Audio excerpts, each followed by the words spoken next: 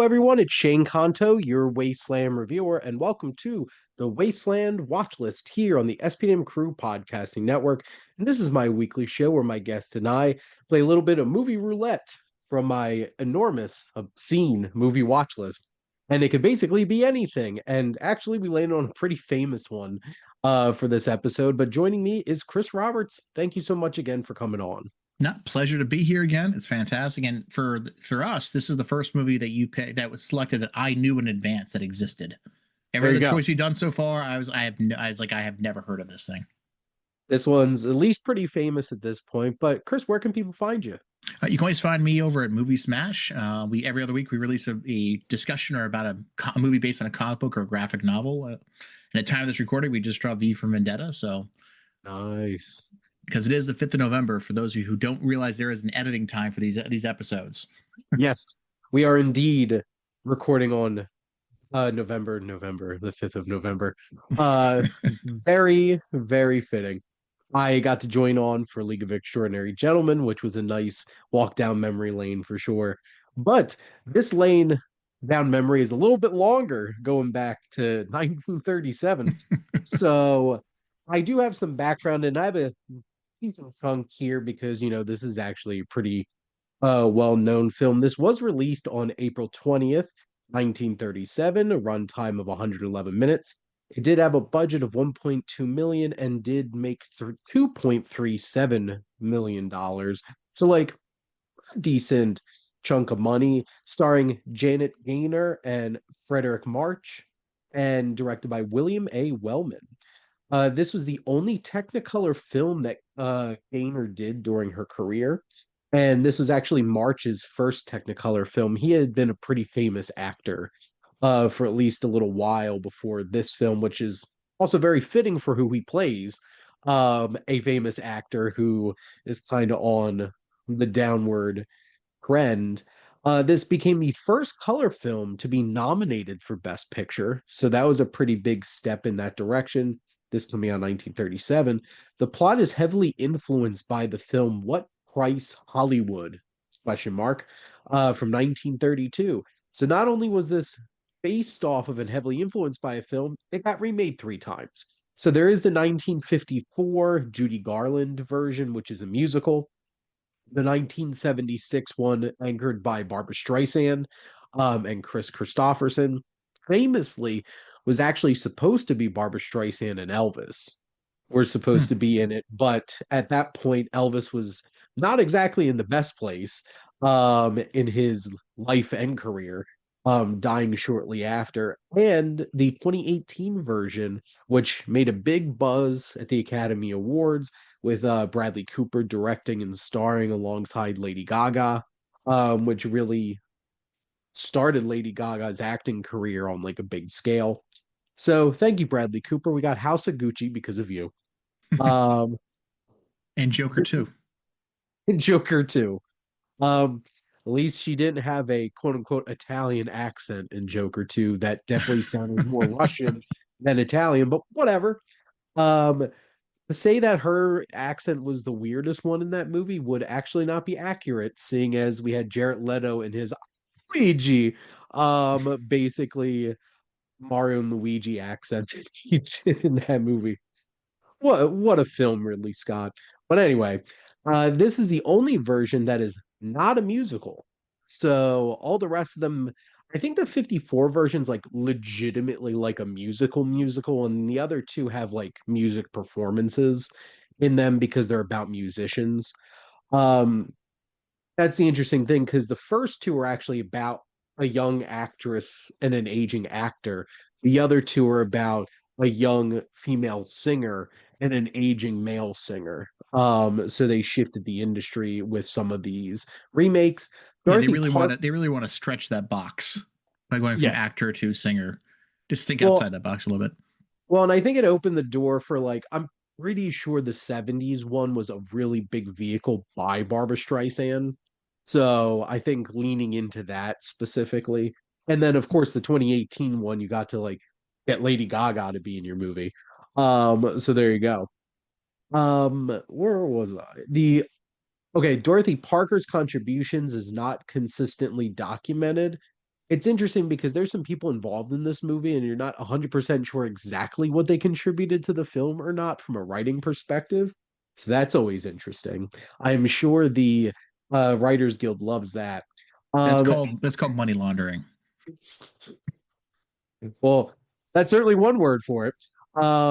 Gaynor holds her own Oscar in the scene where she's holding an Oscar, which is interesting. Some historians believe the marriage of Barbara Stanwyck and Frank Fay is actually the inspiration for this story, which would be very interesting. Barbara Stanwyck being a pretty famous actor of the time. I'm not sure who Frank Fay is, but that also might be the point, is that, matches with the film. John Bowers was also a basis for March's character. George Cukor was actually asked to direct this film and declined, and would later go on to direct the 1954 version with Judy Garland in it. So apparently Cukor had been attached to this film for quite a bit of time, floating around it. And this was indeed an Oscars darling, as this was nominated for 7 Academy Awards and won 2. So this was indeed nominated for Outstanding Picture, which is now Best Picture, Best Director, Best Actor, Best Actress, Best Adaptation, and Best Assistant Director, because that actually used to be a category at the Oscars. But this did win Best Original Story, which is very interesting, seeing as so many things influence the story of this movie, and it's like original. So Why did they ever change from outstanding to best? I mean, outstanding, that's maybe to save the letters, it maybe is just a shorter. shorter. It's all about the money. It's all those letters cost so much. It's all about branding and all about that money. And this actually won an honorary Oscar on top of the one competitive Oscar that it won. So there's plenty of background here, but the story of this film finds young Esther Victoria Lodgett, which that's obviously a big part of the film, that it's like, you can't be an actress with that kind of name, comes to Hollywood with dreams of stardom and achieves them only with the help of an alcoholic leading man, Norman Maine, whose best days are behind him. So that is indeed the crux of each version of this movie, is that messing around with an alcoholic aging performer who helps them break big and then almost derails their whole entire career. So fun stuff. But Chris, what were your general thoughts on A Star Is Born?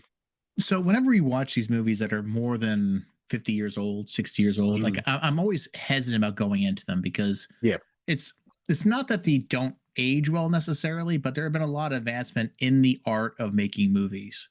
And there are a lot of times where they just don't age because you see all the problems that we have learned as an industry from those. And Mm, this actually did a pretty good job. It has some good staying power. I was actually pleasantly surprised by that. Um, I don't know if it's just because I was in the right headspace or something, but I was actually watching like, now, this could have been made today mm, with some minor changes. But I actually did like the sort of intro of it. It was meta before meta was a thing, if that makes sense. yes. Because it is self-aware that it is a movie about actors played by actors about Yep. their own industry that they're in.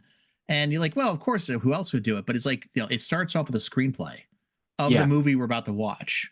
And then we watch this movie about someone becoming an actress who's following her dreams, and then goes through all the pitfalls we've heard of Hollywood, and then it closes on the same screenplay to tell Yeah. you the thing you watched is not reality. The thing you've watched Mm. is just a play. Which it's interesting because it gives off that early Disney vibe of like, here's a storybook, let's open things up and like dive into the story. This is just for adults. So obviously it wasn't a beautifully ornate storybook, but it's a screenplay sitting there. And we do dive into this film. And honestly, watching this film, and this, even for old Hollywood, this is the 1930s. So this is pretty far back there. And it did feel very engaging and modern in a way. And I was really impressed by that because I haven't heard a ton about this version of A Star Is Born, because I feel like the 1954 Judy Garland led one has become like the version of A Star Is Born that's most famous. but this has a lot going for it. I thought that Janet Gaynor is very charismatic and empathetic, and charming, and I enjoyed her presence. That whole scene where she's working that party and doing all those accents of all those other actresses and doing those impressions, I'm like, I could name at least half of them more, which was a lot of fun. And like, did that need to be there? But no, it was a little personality thing that they added in, making Esther more interesting and obviously showing how much of a passion she has for movies and knowing who all these contemporaries are. Well, I think it's because she comes from a rural small town, Yep. and I'm not sure if he was her boyfriend or just a friend she met, the producer guy, the assistant producer who has no power in Hollywood. Yep. I think is how he put it. Said, "This is your opportunity." Mm. So she was like, "This is my shot. So I'm going to show how good of an actress I am by being other actresses, Yep. and hopefully they'll pick up on that because you want to be subtle because she is working a job, Yes. but at the same time, she's like, how do I put that in? You know, how do I squeeze that in there?" Which leads me Mm. back to the whole thing about this being meta about it's a play about a play. And that I really think Hollywood's trying to get across like this is what you envision Hollywood is like, but no, it is completely fake. This is not what Hollywood is like. Please don't go to parties and pretend to be other actresses. That is not going to work. Don't do that to us. Yep. Well, she gets dismissed Mm-hmm. pretty quickly by most of those impressions. And like one person's like, oh, you're doing that person. And then moves on with their life and ignores her, and the party keeps going on. Which you brought up Danny McGuire, her confidant, which like on some level, I'm pretty sure Danny would like them to be more than, confidants, but like I don't think she's really interested. But also, I had seen this actor, uh Andy Devine, in one other film, Stagecoach, and he's the guy, one driving the stagecoach, and his voice is so recognizable immediately with raspy voice, and he kind of sounds like buffoonish. And it's fun because he actually became a voice actor. He's in the Disney Robin Hood film as Friar Tuck, and he's done like other stuff like that, and mostly westerns. But I thought he was a fun character. That's the thing. This film has a lot of interesting little interesting characters that pop up and add a little bit of layers and texture to the story. I think the standout was actually Grandma. Yes. The that character at the very beginning, she gives advice to Esther about, you know, if you're gonna go be this thing, if you're gonna go follow your dreams, don't let anyone stop you. Like, and it's very empowering. Mhm. Like, you know, a woman can go do this, no matter what a man Yeah. tells you. You can't. No, don't let that. I'm like, it's this movie's from when? When is the movie made? You know, giving that message out. But it's like they're saying, you know, go off, you know, and I'll help finance you, you know, just but don't tell anyone I did this for you. And she's saying like how if you really want this, you're going to have to sacrifice everything, including your Mhm. own heart. And like the advice she actually gives at the beginning of the movie is actually good advice if for anyone Yeah. who's pursuing a dream. Like it wasn't like this over the top melodramatic, music swelling. She's just really this is what's going to cost you. And if you want that, I'll give it to you. What was it? This money was meant for my funeral, so I just won't die. And and then she Love circles back sassy at the old characters in old movies. yeah, and then she circles back at the end of the movie, and then she says to her like, "I told you." This is where she's grieving the death of her husband, Mm. and she's like, "I told you it was gonna cost you everything, including your heart. Did you lose your heart in this?" She said, "Yes." She goes, "Exactly. I'm always right." Like, Yeah. but I do like the little twist at the very end when she stands up in front of the radio mic and she goes, it says, "If you ever want to follow your dreams, if you want to be an actress, you can do it. It took me only 60 years." Because Yeah. she's saying like, so her dream was to come to Hollywood too, which is rode the coattails of her granddaughter to Yeah. get there. But at the end of the day, it's like as a character, she did a really good job. Yeah. She's a really interesting character. And so I have seen the 2018 version of this film, and I really love how this film wraps it up better, honestly, in hindsight, than the newer film, because I feel like this gives her space to process this person who is a toxic but on some level loving person in her life, and she is legitimately sad about this person dying. And having that character come in and help her process her grief is so meaningful. And I really appreciated that piece to it. And then, you have the big, like, final line of her reiterating that she's like Mrs. Maine and having that moment of like, it's very interesting because this story has definitely been modernized in terms of their relationship. But this is honestly, from what I understand, the most empathetic version of the character, the older man character in the film. The I think Frederick March does a great job of giving him some empathy. Obviously, there's some despicable scenes. Like there's always a version of that scene at the awards Yeah. show, and that was rough. That was rough to see, and you could tell how upset Esther was because of that moment and how challenging this is. And I think March does a great job. I think him and Gaynor have had great chemistry. They made for, like, you could buy in to this relationship, but you could also see that it's not perfect. And he's not a perfect person. He's struggling. And I think the film does a really good job of capturing why he's in the headspace that he's in. Because there's multiple scenes throughout the film that keep like digging and reinforcing that his career's over. He's forgot. He's been moved past.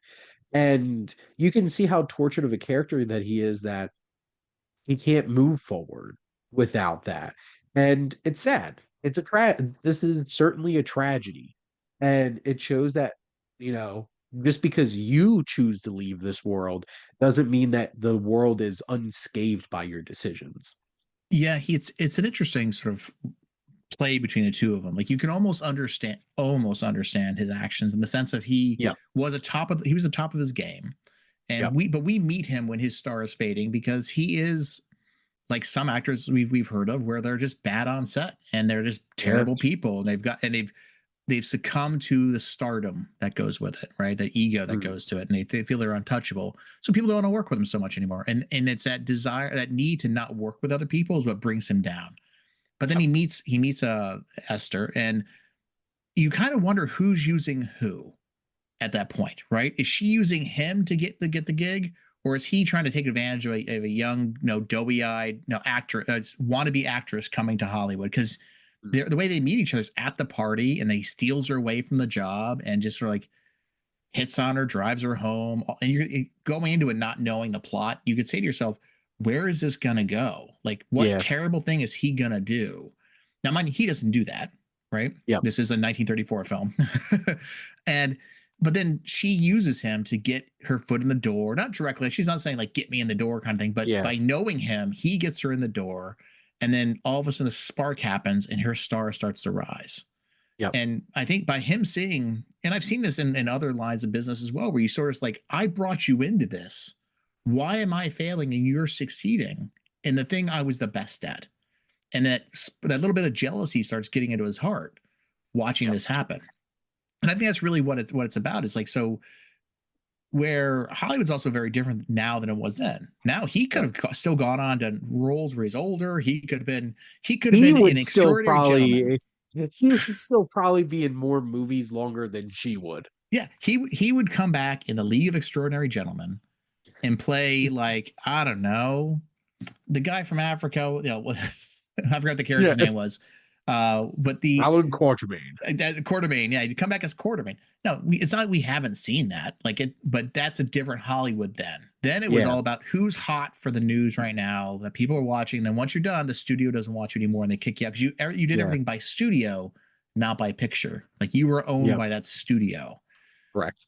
and the studio ran everything. So because of that, he is seeing his future. All he knows is about to crumble, and it's not like it was a surprise. As you said, he had many meetings, many Yes. conversations where you're like, this is a train that's about the train wreck is coming. We Yep. know it's coming, and just the question is how bad is it going to be, and how bad is he going to take it? And he did not take it well. No. And I think this film does a great job of building that up naturally and getting us to a point where this isn't just like, and he doesn't immediately get fully immersed and controlled by bitterness either. This is a nicely progressed story that gets him to a point.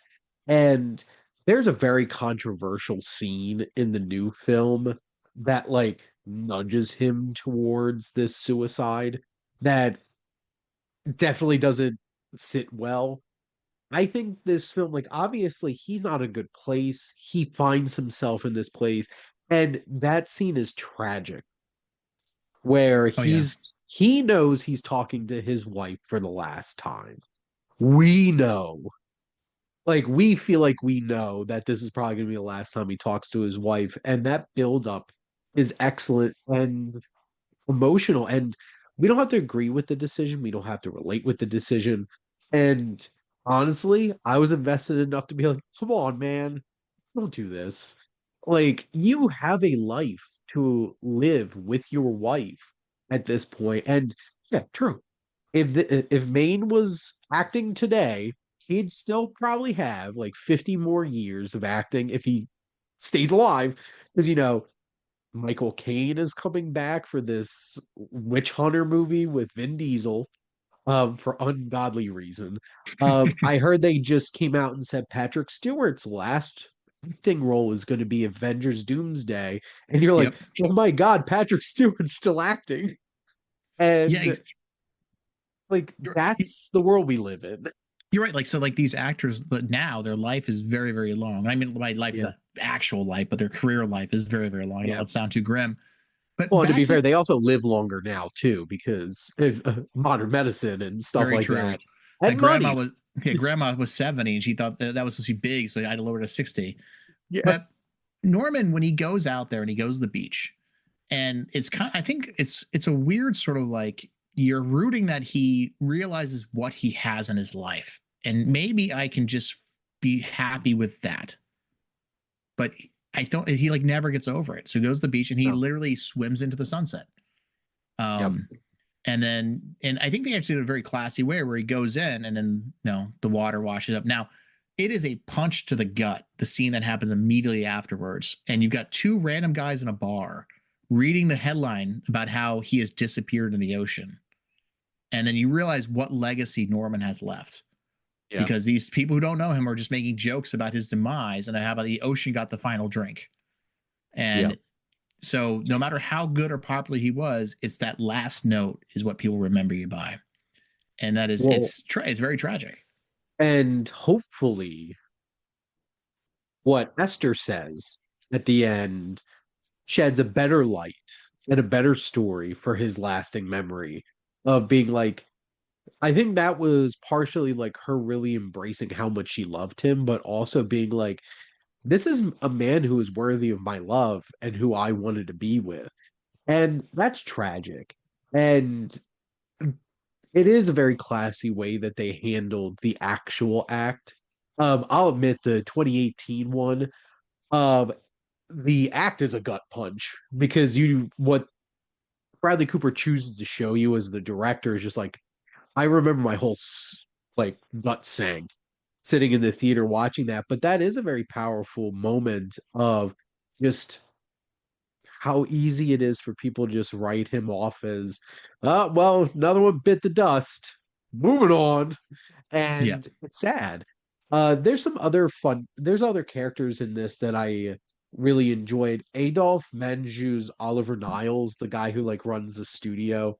I thought he was a charismatic and engaging and empathetic character who kind of was like parent-ish character to at least Esther and maybe like a brotherly character to Norman. I appreciated his presence in the film and he had some good moments.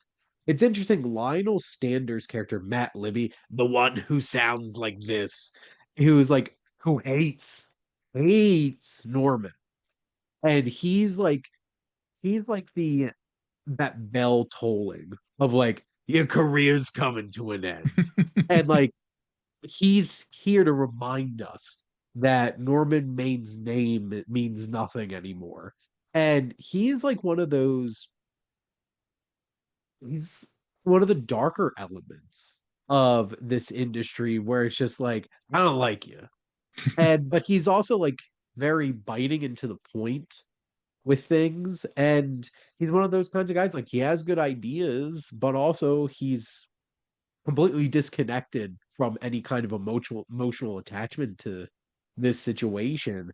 And I thought that was an interesting addition to the film. Well, he was a great character. And it does, you're right, it does a great job of reminding us how far he's falling at that Yep, point. absolutely. But I like this was a well paced, engaging, well shot film. I don't know much about William A. Wellman as a filmmaker. Um, I see like this is his top film on IMDb. Also like the Oxbow incident, which I've heard of, haven't seen. But it's interesting that like this is a filmmaker, like this was probably like the peak of this man's career, and he went out there and told a great story, engaged the audience, had two engaging, charismatic leads with Gaynor and March to really take us through. I really like this. I'm pretty excited to check out the 50s version because I want to see the Judy Garland of it all, bring that to life. Um, I'll be interested to check out the 70s one. I'm not the biggest Barbara Streisand fan, and it's always interesting seeing Chris Christopherson pop up as an actor in things. For sure. I do really like him in Alice Doesn't Live Here Anymore, and not gonna lie, I think he's a great whistler in the Blade movies. Oh, he was fantastic. Yes. Highlight one So, of the highlights of that series. yep. So I'll be interested to check both of those out. But I guess, Chris, do you have anything else that stood out to you about the film that you wanted to add? No, I just like to say I'm surprised in the Mhm. sense of like I keep going back to like the movies have changed a lot. I mean, this Yes. movie now is, let's do some quick math, almost 90 years old. Yeah. Oh, so no, Yeah. this Almost movie 90 is, years old. yeah, this movie should be saving up for his funeral. Your grandma was. Yeah. The I was truly surprised by because there are a lot of times like we've watched silent films together, we've watched all these other things Yeah. where like I'm gonna go in there, I'm like having a good laugh at how looking at the way it used to be, but Yeah. that wasn't really the case with this. Like it was enjoyable. I mean, it is an aged movie. Don't get me wrong. Like you're not It's looking at of saying its time. it's of its time. You're not looking at saying this was made yesterday. It's Yeah. not fooling anybody. But it is timeless in the sense of that it's all dialogue. It's all Yeah. back and forth, and there are funny parts. Like Yep. there is some good comedy in this movie, like dry, straight comedy that is my kind of thing. And it's not Mm. like over the top laughing. It's not like dark comedy, except for the ocean comment. Yes. um, A little but dark. generally, little dark there. But generally speaking, like it's not. It's a relatively good movie. I'll probably go back and watch this again without when I'm Yeah. not while watching it without the sort of analytical eye of like picking up on things. But there are a lot of great one-liners, which I was not expecting. Like there were Yeah. times I was watching, I was like, did I just hear him say that? And it was funny. Um, the so I'd say for people who are listening to this, if you're wondering, should I go watch it?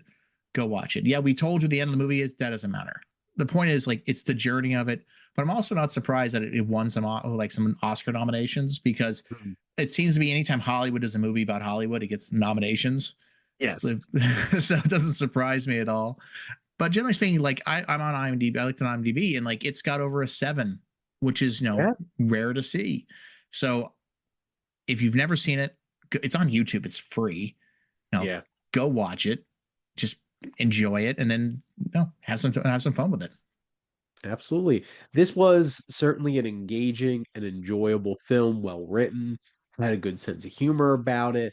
It is one of those types of films, like obviously we're watching it for a podcast, but this is one of those films where like I feel like I could just throw this in and just have a good time and feel emotionally invested because like I did feel emotionally invested. I did buy into it. And that says a lot for a film that's 88 years old at this point.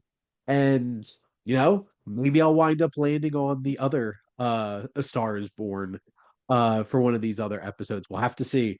It's all the power of I jokingly the wheel. The wheel. I mean, I it's no Plan 9 from outer space. So I actually own that because it came with a sci-fi movie book that I bought. What an experience that we in movie is. college we watched that movie multiple times.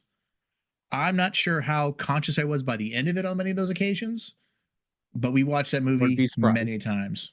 There And you go. I recommend the movie we just saw, but for other movie, go watch that one too. Now, Plan 9 for Outer Space is the type of you get drunk with your friends, and Yes. have a fun time with it. But Chris, thank you so much as always for coming on talking movies with me. That was always a pleasure. Look forward to the next time. And thank all of you for listening. Make sure to like, comment, and share on this episode. What's your favorite movie about making movies? There's a lot of great ones. Singing in the Rain.